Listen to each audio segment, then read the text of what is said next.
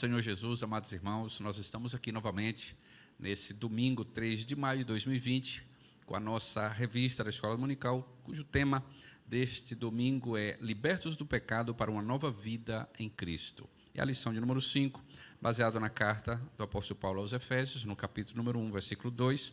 O texto áureo nos diz da seguinte maneira: Mas Deus, que é riquíssimo em misericórdia, pelo seu muito amor com que nos amou, estando nós ainda mortos em nossas ofensas, nos vivificou juntamente com Cristo. Efésios capítulo 2, versículo 4 e 5.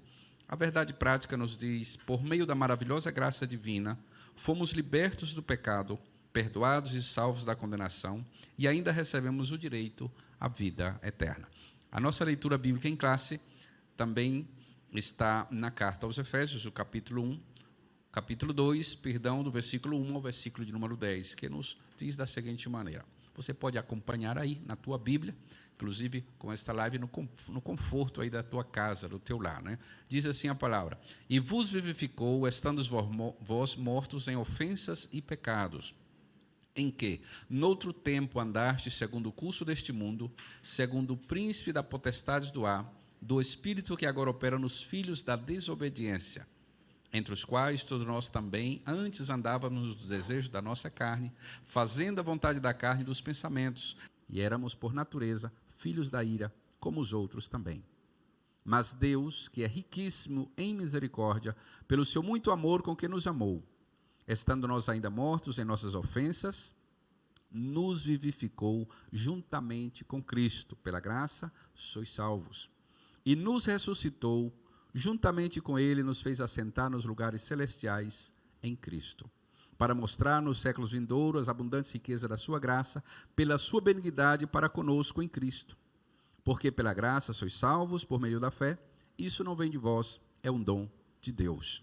Não vem das obras, para que ninguém se glorie. Porque somos feitura sua, criados em Cristo Jesus para boas obras, as quais Deus preparou para que andássemos nelas. Essa é a nossa leitura bíblica em classe, relacionada ao tema que nós temos nesta manhã, que é Libertos do Pecado para uma Nova Vida em Cristo Jesus. Lembrando que nós estamos com a nossa revista da Escola Dominical, cujo tema é a Igreja Eleita, redimida pelo sangue de Cristo e selada com o Espírito Santo da promessa. Essa é a lição de número 5.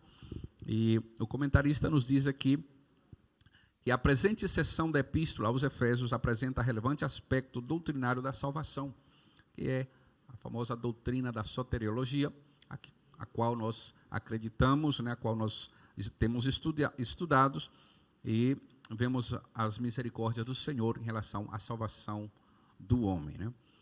Nela o apóstolo descreve a libertação dos pecados como um favor imerecido dado por Deus aos salvos, a fim de que eles desfrutassem de uma nova vida em Cristo Jesus. E é justamente esse o tema, libertos do pecado para uma nova vida em Cristo Jesus. Você pode viver uma nova vida em Cristo, mas quando nasce de novo e quando possa estar livre ou liberto do pecado, vivendo a nova vida que Deus tem para mim e para você. O ponto de número 1, ou o primeiro tópico, né? A antiga natureza morta em ofensas e pecados. Nós temos aqui a palavra de Deus na carta aos Efésios, no capítulo 2, versículo 1 ao 3, ele já começa falando: nos vivificou, estando vós mortos em ofensas e pecados. Alguém que é vivificado é porque estava morto, sim? E com o morto só tem duas opções: se enterra ou se revive, não se ressuscita, né? E aqui o apóstolo ele esclarece que nós fomos vivificados, nós fomos levantados da velha natureza para um novo viver em Cristo Jesus. A Bíblia declara que há 3 tipos de morte: a morte física, a morte eterna e a morte espiritual. A morte física, com certeza, quando nos falta o oxigênio, o coração para e o homem já não tem mais o fôlego de vida. Então é dado-se a morte física. Mas antes da morte física existe também a morte espiritual. É aquela que o apóstolo está falando aqui. As pessoas estão no direito de ir e vir, de andar, de correr, de saltar, mas diante de Deus muitas vezes estão mortos espiritualmente. E existe a morte eterna, que é depois da morte física, separação total de Deus. Aquilo que Jesus falou lá no livro de João, no capítulo 25, versículo 27, que aqueles que estão em Cristo não morrerão eternamente. porque Ele é a ressurreição e a vida. E quem crê nele, ainda que esteja morto, viverá. Esse é o nosso Cristo, é o nosso Deus, é o Deus que nós servimos e a quem nós também amamos. Aqui nos diz a palavra. No início da epístola, o apóstolo Paulo lembra, o comentarista ele esclarece aqui, o apóstolo lembra que antes da regeneração estávamos mortos em ofensas e pecados e éramos, por natureza, filhos da ira. Aquilo que Paulo fala lá aos Romanos, que apaga o salário do pecado é a morte. Porquanto todos os pecados destituídos estão da glória de Deus. E a paga do pecado é a morte. Mas a dádiva, o presente de Deus é a vida eterna através de Cristo Jesus. Nossa condição anterior, Ele nos vivificou, estando vós mortos em ofensas e pecado, diz o primeiro versículo, a palavra ofensa do grego parápatomô, tem o sentido de passo em falso ou de forma deliberada. O termo para pecado é conhecido no grego como armatia, o qual descreve como aquele que erra o alvo. Em vista disso, o homem, em sua natureza decaída, é diagnosticado como morto. Por isso que às vezes as pessoas não têm o desejo de adorar a Deus, não têm o desejo de obedecer a Deus, nem de amar a sua palavra, porque estão mortos em delitos e pecados. E a consequência desse estilo de vida é a separação total de Deus. O que faz separação entre o homem, entre Deus e o homem? É justamente o pecado. A consequência do pecado adâmico, que é a natureza caída do homem, e isso traz separação. Por isso que Jesus falou para Nicodemos, que era para ele poder entrar no reino de Deus, para ele poder ver o reino de Deus, era necessário nascer de novo, nascer da água e nascer do Espírito. Ou seja, uma declaração da real condição das pessoas sem Deus. O conceito é de morte moral e espiritual provocada pelo pecado, que inevitavelmente separa o homem de Deus. Isaías, capítulo 59, o versículo número 2. E também está lá na carta do apóstolo Tiago, do capítulo 1 e o versículo número 15. Tal qual um corpo inerte à natureza pecaminosa impede o homem de ouvir e obedecer à voz de Deus. Quem assim vive está morto enquanto vive. 1 Timóteo capítulo 5, versículo número 6. Em outras palavras, aquilo que nós falamos ao princípio, as pessoas estão vivas fisicamente, com o direito de ir e vir, mas estão mortas espiritualmente diante do Senhor. Essa é a real condição do homem em sua natureza caída. Por isso a importância de que aqui o apóstolo fala, a igreja de Éfeso, a importância da nova vida em Cristo Jesus, do novo caminhar em Cristo Jesus, da salvação e a regeneração pelo poder do Espírito Santo de Deus. Por isso, quem é crente, quem está em Cristo, tem um novo estilo de vida. Algumas pessoas não podem servir a Deus de uma maneira correta e perfeita porque estão atados com o pecado, estão atados com o passado, estão atados com seus velhos hábitos e com seus velhos vícios e não podem desfrutar da nova vida que Deus tem para eles. Quer viver a nova vida em Cristo Jesus é deixar o pecado de lado e começar a viver aquilo que Deus tem para mim e para você. Alimentar a nova natureza que Ele tem para nós.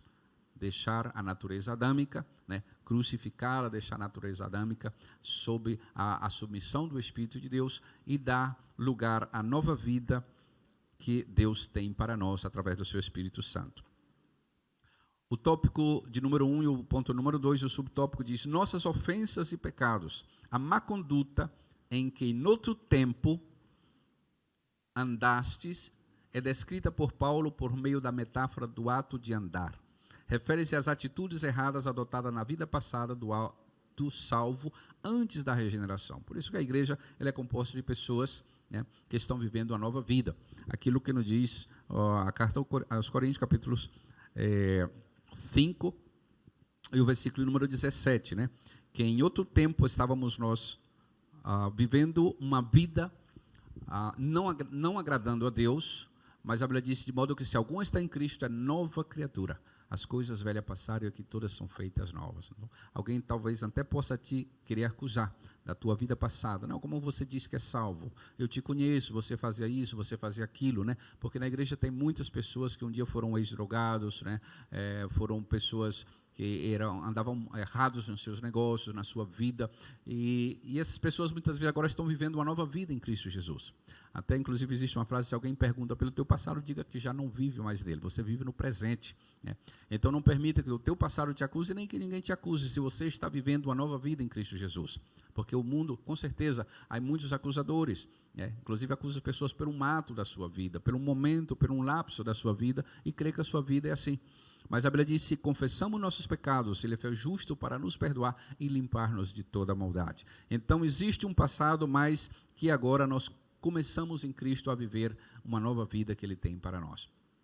Então aqui Paulo escreve aos irmãos da igreja em Éfeso que em outro tempo, né, não obedecemos a Deus, em outro tempo éramos rebeldes aos mandatos de Deus, éramos rebeldes aos projetos de Deus na nossa vida. Em outro tempo estávamos mortos em nossos delitos e pecados. Quantas pessoas você fala com eles e eles dizem: olha, pastor, como era a minha vida no passado, que coisa eu não fazia, como eu andava, como eu me comportava, como eu me conduzia, né? Mas agora, né, nós estamos vivendo uma nova vida em Cristo Jesus. Você nasceu de novo, você agora é um cidadão do céu. Você está de passagem por esta terra. Aqui não é a sua pátria, né? Aqui você está de passagem. Você tem uma pátria celestial, né? Diz a palavra do Senhor que a nossa cidadania está no céu, onde aguardamos o Senhor e Salvador Jesus Cristo. Estamos aqui de passagem neste mundo. O segundo tópico nos diz, o segundo subtópico desse ponto diz: andaste segundo o curso deste mundo. Andaste, está no passado, né? Você vive agora uma nova vida. Você já esteve lá no passado, naquela maneira de viver do velho homem, né? Com o caráter, com os vícios, com a má conduta, com as más palavras, com o estilo de vida enganoso, com o estilo de vida de um coração torcido, errado, invejoso, talvez blasfemo, tantas coisas que às vezes fazíamos sem conhecer a Deus. Mas a palavra nos fala que uma vez que nós vemos ao reino de Deus, que conhecemos a Cristo, nós temos que viver agora uma nova vida, imitar ao nosso Senhor como discípulos de Jesus, né?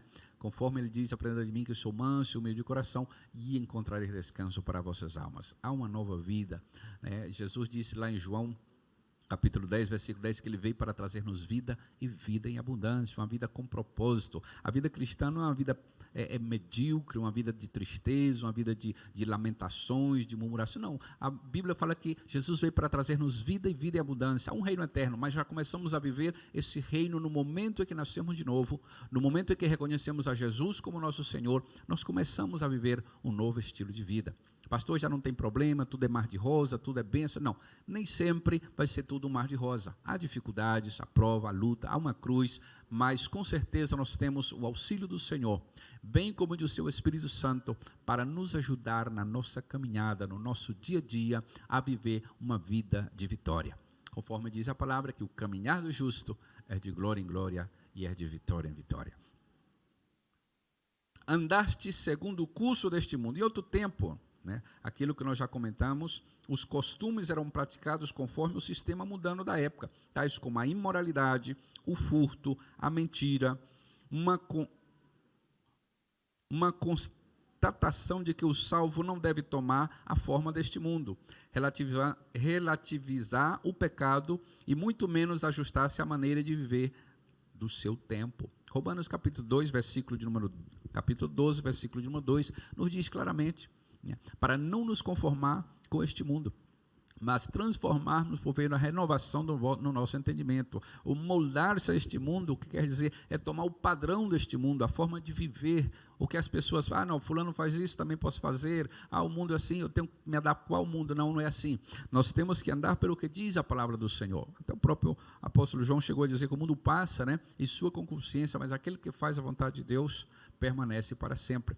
Então o padrão deste mundo, né, que está submisso ao pecado, ao sistema deste mundo, que muitas vezes vai em contra as leis do reino de Deus, nós não temos que nos amoldar a ele, tomar a forma, porque moldar é como tomar a mesma forma, né, o estilo de vida e conduta deste mundo. Nós temos que andar conforme nos diz a palavra do Senhor, renovar a nossa mente. Há uma frase que diz: se você muda a sua maneira de pensar, você consegue mudar a sua maneira de viver.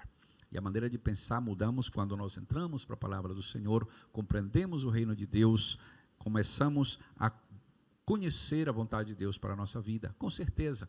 Os nossos hábitos vão mudar, a nossa conduta vai mudar, o nosso viver, vai haver uma mudança e as pessoas verão.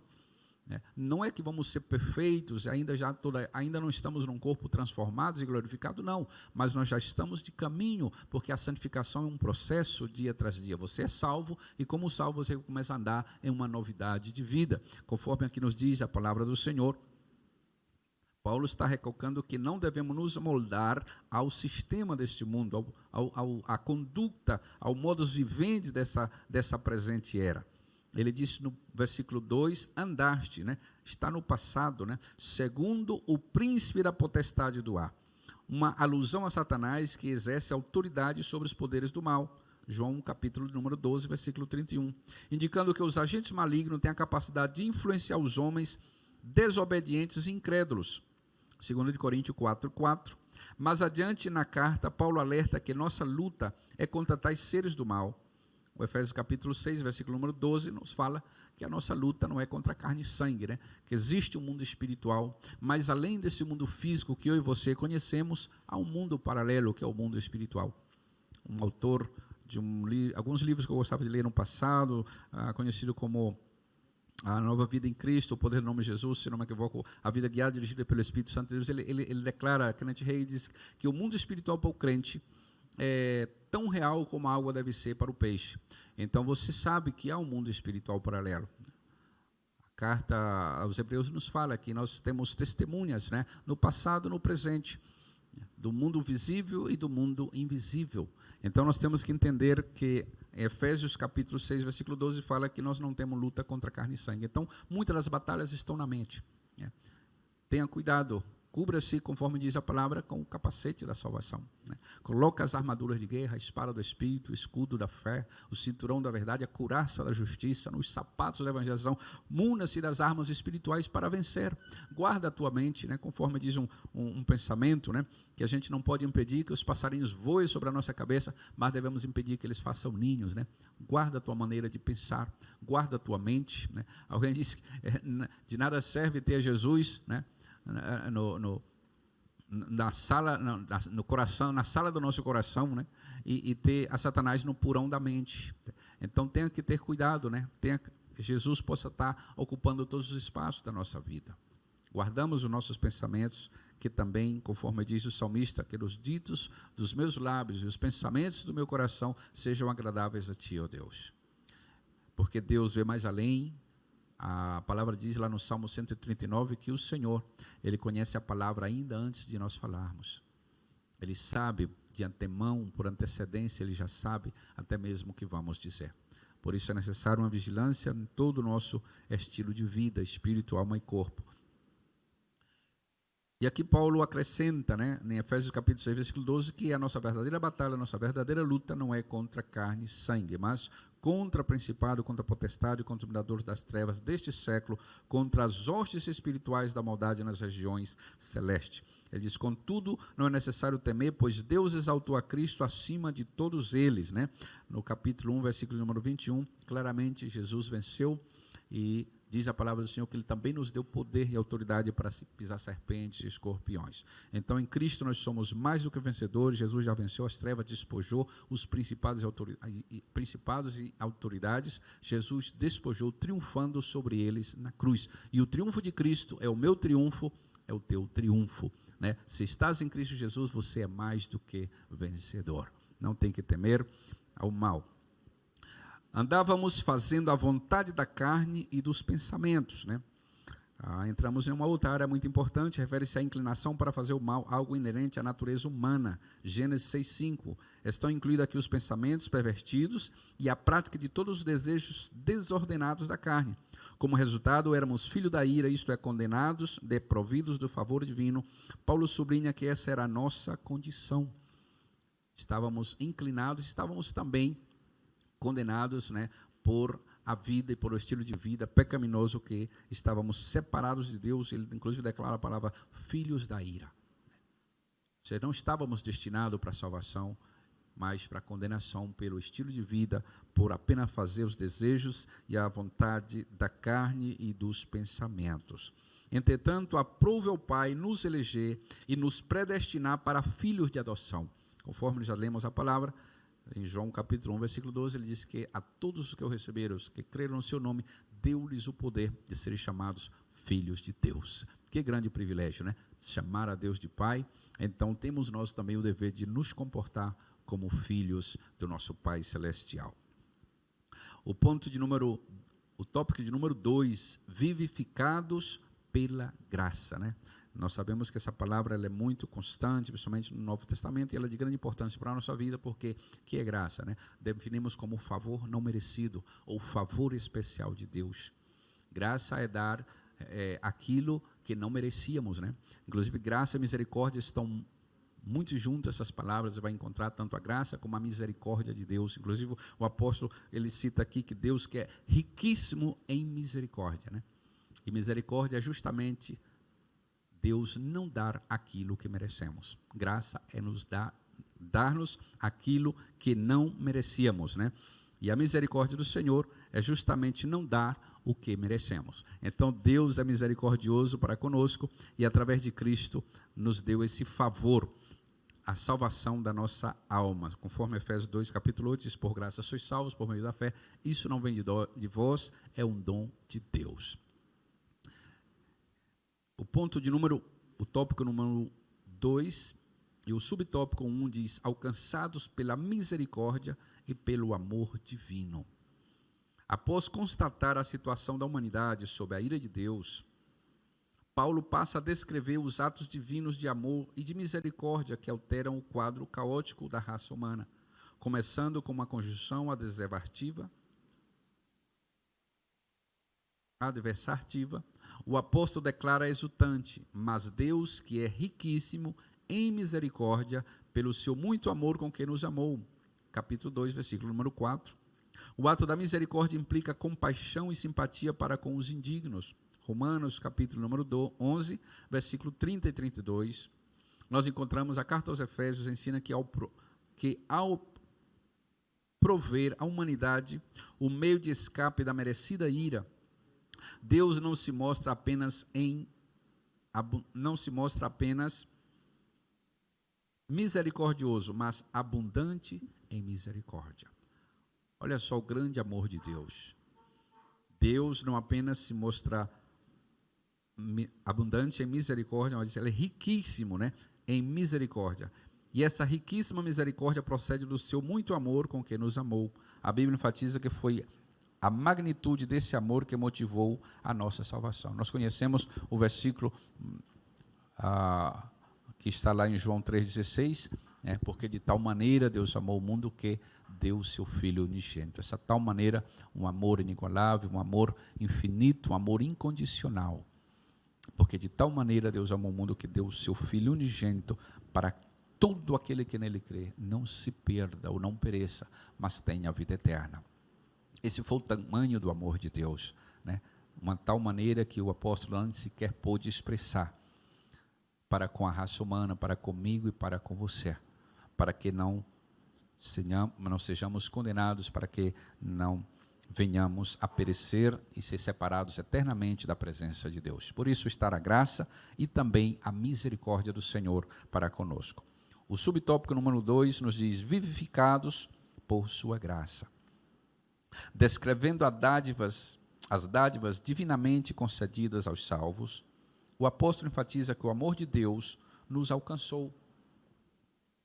Estando nós ainda mortos em nossas ofensas, isso significa que não éramos merecedores desse amor, mas que mesmo assim Deus nos vivificou juntamente com Cristo. Em Cristo Jesus, o homem é levantado do seu estilo de vida passado. Em Cristo Jesus, o homem encontra um propósito. Ele sabe agora quem era, de onde veio e sabe para onde vai.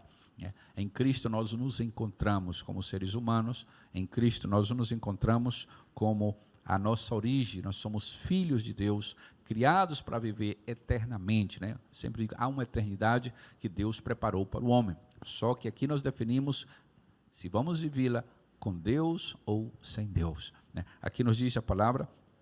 Essa frase quer dizer que não nascemos de novo, quer dizer que nascemos de novo. João 3,3. Não estávamos mais não estamos mais mortos, pois Cristo nos deu vida outra vez. Fomos vivificados sem mérito algum, tudo foi efetivado por meio da sua graça, o favor imerecido. Efésios 2, versículo 8 e 9, diz que não é por obra, para que ninguém se glorie. Não é que o salvo não possa fazer obra, mas bem o salvo deve fazer obra, não para se salvar, senão porque já é salvo. Nós não fazemos obra para nos salvar, porque a salvação é um ato da misericórdia, do amor, da graça infinita de Deus. Então, o profeta Isaías chegou a dizer que nossos méritos para a justificação diante de Deus eram como trapos de imundície. Nossa própria justiça não nos poderia alcançar a salvação, mas os méritos de Jesus nos dão a salvação. Os méritos que Cristo fez ali na cruz do Calvário, ele levantou-se entre o céu e a terra e recebeu o meu castigo no meu lugar e no seu lugar para nos reconciliar com Deus. Por isso o apóstolo, o livro de Atos 4:12 diz que não há um outro mediador entre Deus e os homens a não ser Jesus Cristo, homem. Não há outro nome que seja dado aos homens ao qual importa que possamos ser salvos, a não ser o nome de Jesus. Ele é o único mediador. Glória a Deus pela vida de Pedro, de Paulo, de João, de Maria, de José. Glória a Deus por os santos do passado, mas a salvação está em Jesus. Ele disse: eu sou o caminho, eu sou a verdade e eu sou a vida. Esta vida verdadeira e vida abundante, ela está em Cristo Jesus. Exaltados por sua graça, o subtópico do ponto número 2 nos diz assim: o apóstolo dos gentios ainda destaca que o poder de Deus nos ressuscitou juntamente com ele e nos fez assentar nos lugares celestiais em Cristo. Observe que a palavra juntamente indica que Deus conseguiu os benefícios alcançados por Cristo. Que bênção! A ressurreição que Deus fez com Cristo, nós também alcançaremos essa graça, a ressurreição dos nossos corpos físicos, segundo a palavra do Senhor. Eu espero pronto, o que a Bíblia fala como parousia, o rapto da igreja. Esperamos ser nossos corpos transformados para ir ao encontro do Senhor. Caso contrário, nós estaremos esperando a ressurreição como os demais santos do passado. Nos diz a palavra do Senhor, a vida eterna, que é um presente também em Cristo Jesus, e galardão nos céus, que é também um presente de Deus, uma recompensa de Deus em Cristo Jesus, para todos aqueles que vencer, para todo aquele que perseverar, para todo aquele que permanecer na graça de Deus. As referências estão em 1 de Coríntios, capítulo 15, versículo 3, ao 8 e 20 ao 25. Assim, ao conceder tais bênçãos aos homens, Deus mostrou as abundantes riquezas da sua graça. Desse modo, ratificamos que a salvação e seus privilégios são conferidos pela imensurável graça de Deus, o favor divino e merecido. Não é que merecíamos, mas em Cristo Jesus, o Senhor nos reconciliou com o Pai e nos justificou diante do Pai. Ele nos comprou para Deus, nos comprou com o seu próprio sangue. Por isso, João Batista, que ele foi o precursor de Cristo, quando ele avistou a Jesus, ele disse: aí o Cordeiro de Deus que tira o pecado do mundo. O Cordeiro é uma simbologia que vem já do Antigo Testamento, simbolizando que Jesus é o nosso Cordeiro Pascual. Ele é a propiciação e foi a propiciação pelos nossos pecados, segundo a palavra do Senhor. O último tópico, o tópico número 3, diz: a salvação não vem das obras. Se nós vamos ao livro de Gálatas, nós vamos encontrar, inclusive um paralelo entre obras e fé. E, na verdade, a fé, ela também vem acompanhada com as obras. Não é que nós vamos salvar-nos pelas obras, mas quem é salvo faz as obras, conforme nos diz a palavra do Senhor. Demonstra que é salvo também pelaquilo que faz, demonstra que é salvo pelo seu estilo de vida, pelo seu amor, pela nova vida que alcança em Cristo Jesus. Efésios capítulo 2, versículo 8 a 10, Paulo revela que a salvação não depende das obras humanas, porque pela graça sois salvos por meio da fé, porém uma vez salvo, o crente deve praticar as boas obras. Quantas pessoas às vezes entram por este caminho, ignoram o sacrifício de Jesus na cruz do Calvário e querem alcançar a salvação pelos seus próprios méritos. Eu não mato, eu não roubo, eu não vou mentir, eu não vou fazer coisas erradas, eu vou ajudar alguém. E às vezes nós queremos que os nossos próprios atos comprem a nossa salvação. Mas não podemos ignorar o sacrifício de Jesus por nós. Não é que você não deva fazer aquilo que é certo, que não deva fazer boas obras, claro que sim, mas a nossa salvação ela é conquistada por um ato de fé naquilo que Jesus fez na cruz por nós, no sacrifício dele na cruz por nós. A graça como meio da salvação. A salvação inclui a libertação da morte, da escravidão e do pecado e da ira vindoura. Ao mesmo tempo, permite que o salvo desfrutar de todas as bênçãos espirituais descritas aí em Efésios capítulo 2, versículo 1 ao 7. Portanto, a salvação é o livramento do poder da maldição do pecado e da morte. É a restituição do homem à comunhão com Deus. Uma bênção concedida a todos que recebem a Cristo como Salvador. Hebreus capítulo 2, versículo 15. E também a 2 de Coríntios, capítulo 5, versículo de número 19. Nós temos a palavra claramente que há uma grande bênção, né, concedida a todos que recebem a Cristo como Salvador. Em Cristo nós somos mais do que vencedores. Nós vamos lá, em Cristo tudo posso porque Ele me fortalece. Em Cristo nós temos a salvação da nossa alma. Em Cristo nós temos a vida eterna. Em Cristo nós temos a ressurreição. Em Cristo está a nova vida e as bênçãos da nova vida que o Senhor nos tem concedido. Aqui nos diz também, confirmando textos de Hebreus 2,15, a palavra graça é a tradução do grego charis, que significa favor imerecido. Romanos 3,24. Ela mostra que a iniciativa para tornar possível a salvação veio da parte de Deus. E por meio da graça que Deus ativa o livre-arbítrio e capacita o pecador para que responda com fé ao chamado do Evangelho. Romanos, capítulo 11, versículo 6, na anterior lição nós tratamos um pouco sobre isso, que existe a salvação com certeza, e Deus sabe aqueles que estão predestinados à salvação pelo seu conhecimento antecipado, como um dos seus atributos, né, a onisciência. Ele sabe, a onipresença, ele sabe quem realmente serão os salvos, mas ele deixa ao homem o livre-arbedrio para responder a esse favor, para responder a essa graça, para responder a esse chamado do Evangelho. Por isso a palavra de lá em Marcos 16,15, né? Quem crer e for batizado será salvo, quem não crer será condenado. O homem tem a opção de crer, né, para a sua salvação, ou não crer para a sua condenação. Por isso o Evangelho, ele é uma espada de dois gumes, né, para a salvação e também para a condenação. Se você crer, né, você será salvo, né? Você crer e obedecer a palavra, você será salvo. Quem não crer será condenado. Então o Evangelho, ele cumpre essa função, né?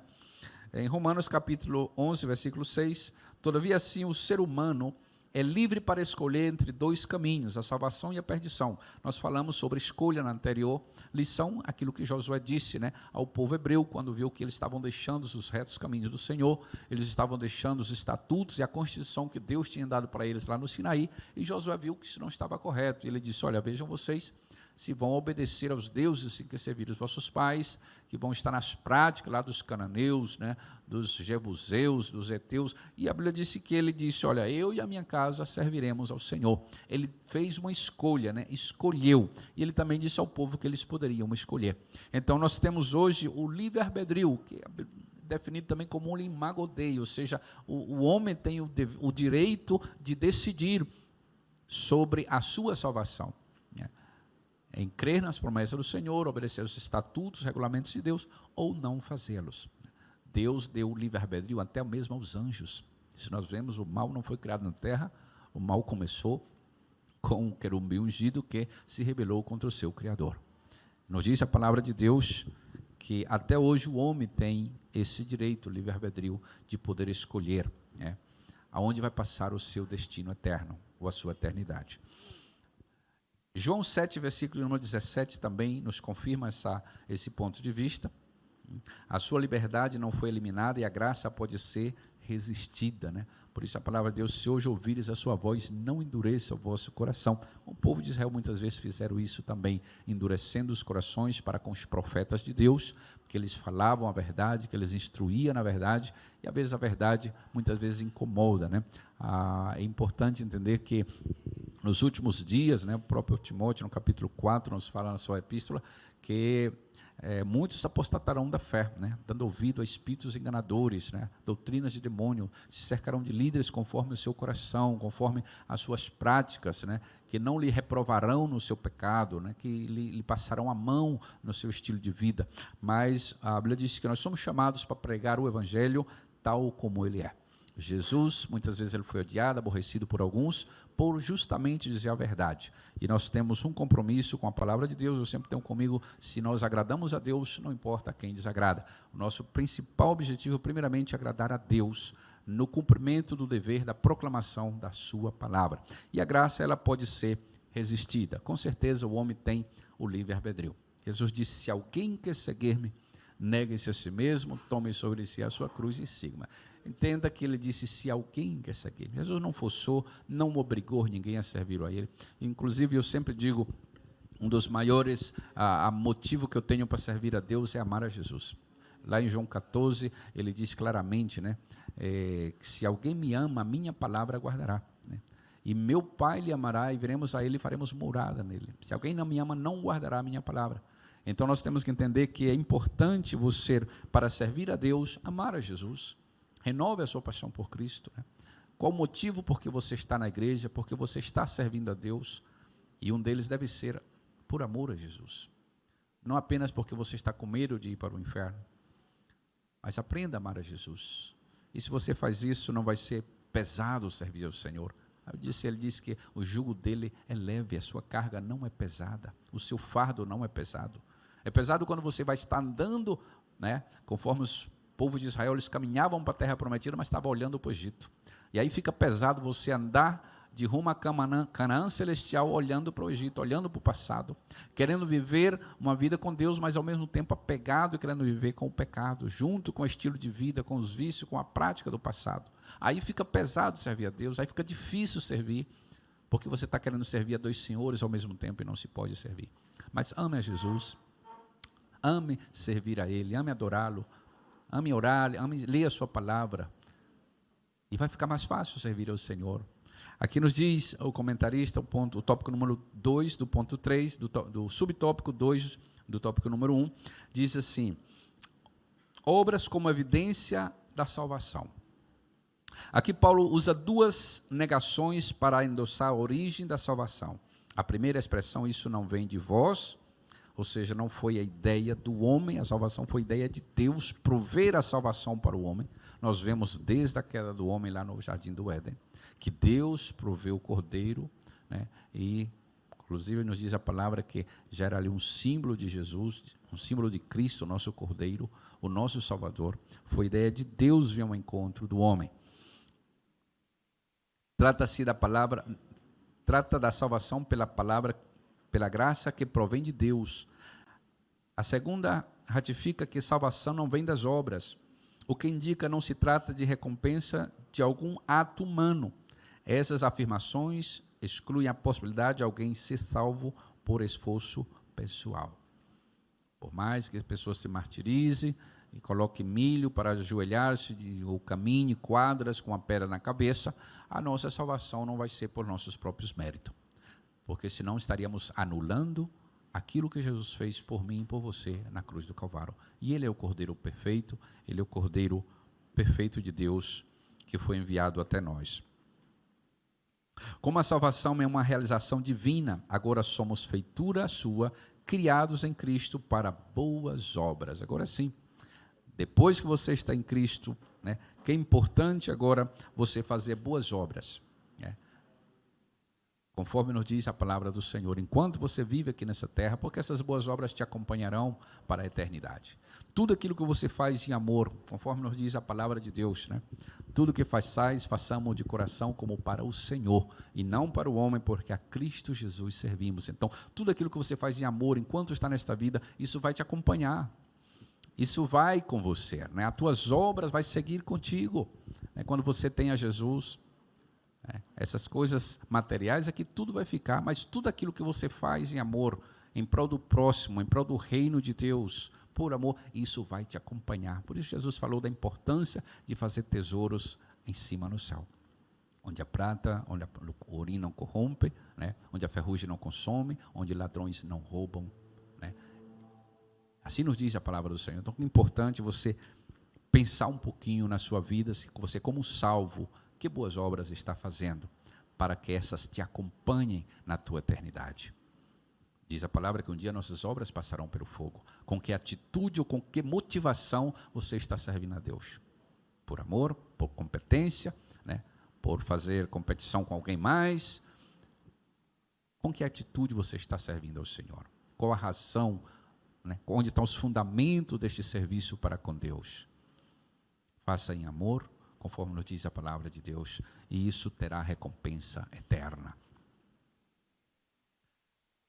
Em Efésios 2:10, nos confirma que uma transformação ocorreu agora em Cristo, somos uma nova criatura e as coisas velhas passaram. 2 Coríntios 5:17, né? De modo que se algum está em Cristo, nova criatura és. As coisas velhas passaram e aqui todas são feitas novas. Então há um novo estilo de vida. Não deixe o teu passado te condenar, não deixe a tua vida passada te condenar, nem o inimigo te acusar. A Bíblia disse que se confessamos nossos pecados, Ele é fiel e justo para nos perdoar e nos limpar de toda maldade. Então, há uma importância de viver a nova vida que o Senhor tem para mim e para ti. Por isso, se antes o apóstolo usou a metáfora do andar numa perspectiva negativa, outrora andávamos fazendo obras más, né? Porque não tínhamos o temor de Deus, né? É interessante. Não faz muito conversávamos com uma pessoa nova convertida, que havia pouco tempo havia recebido a Cristo como Salvador. Eu havia orado por esta irmã, e ela ainda nos seus primeiros passos, né, os parentes, os amigos chegaram na sua casa e começaram a beber, a tomar, e ela acabou sendo seduzida e caiu novamente no álcool, na bebedeira, e ela disse que ele despertava de madrugada e não conseguia mais dormir, havia uma tristeza no coração dela, havia uma angústia, algo que ela disse que nunca tinha sentido antes. Eu digo, sabe por quê, irmã? Porque quando você recebeu a Cristo, você recebeu uma nova natureza, você começou a viver um novo estilo de vida, e ao voltar ao pecado, com certeza você entristeceu o Espírito Santo de Deus que está em nós, porque você tem agora um novo estilo, tem uma vida em Cristo, você nasceu de novo, e naquele momento nós oramos por ela, ela se reconciliou novamente, voltou a alegria, o gozo, a paz ao seu coração novamente. O que é importante é nós viver a nova vida que Deus tem para nós. Já estamos concluindo. Agora, por meio de uma perspectiva positiva, somos instados a andar fazendo boas obras. Não como meio para ser salvos, mas como a evidência da salvação, né? Conforme já foi falado, não fazemos obras para ser salvos, fazemos obras como evidência de que somos salvos.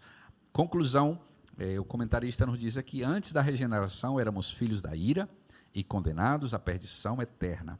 Por ato do amor divino, por meio de sua maravilhosa graça, nós nos tornamos filhos por adoção. Essa gloriosa salvação nos foi concedida, independente das nossas obras. A partir da salvação, passamos a praticar boas obras que glorificam a Deus, nosso Pai. Mateus, capítulo 5, versículo de número 16. Então, há uma importância agora de você glorificar a Deus. E quando eu digo glorificar a Deus, não é só dentro de quatro paredes, né? Que às vezes as pessoas dizem muito glória a Deus, aleluia, dentro de quatro paredes. Mas aprendamos a glorificar a Deus lá fora, nos nossos negócios, no nosso trabalho, na nossa universidade, no mercado e aonde quer que nós estivermos, no trânsito, no engarrafamento do trânsito, aprendamos a glorificar a Deus andando em novidade de vida, andando da maneira que Jesus quer que nós andemos. Que Deus em Cristo nos abençoe. Até o próximo domingo, amados irmãos, que a graça do Senhor Jesus seja com cada um de vocês. Nós vamos deixar vocês com o último hino desta manhã, de domingo, onde vocês vão estar também adorando e glorificando a Deus. Que o Senhor nos abençoe.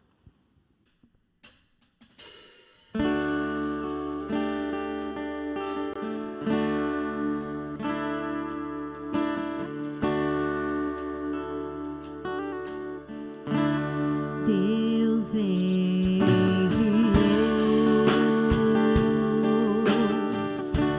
seu Filho amado pra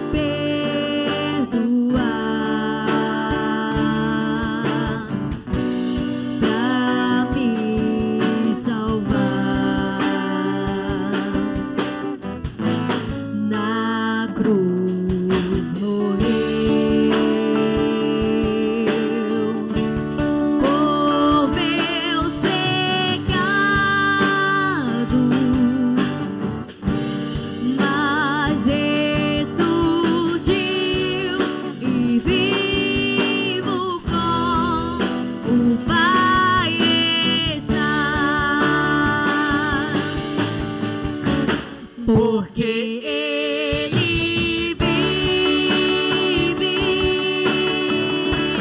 Posso crer no amanhã, porque Ele vive. Temor não há, mas eu bem sei, eu sei que a minha vida está nas mãos de meu Jesus, que vive está. E quando enfim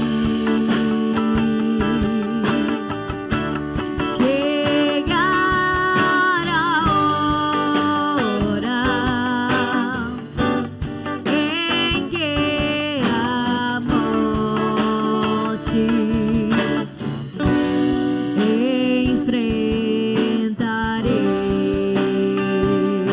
enfrentarei sem medo, então terei vitória, irei à glória ao meu Jesus, que vive está, porque Ele vive.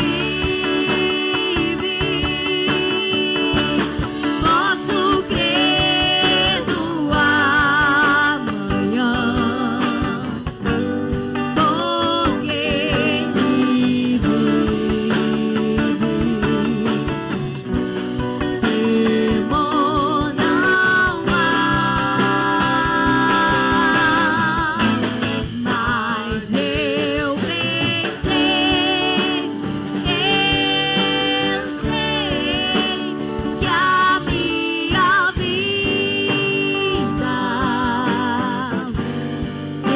está nas mãos de meu Jesus, que vive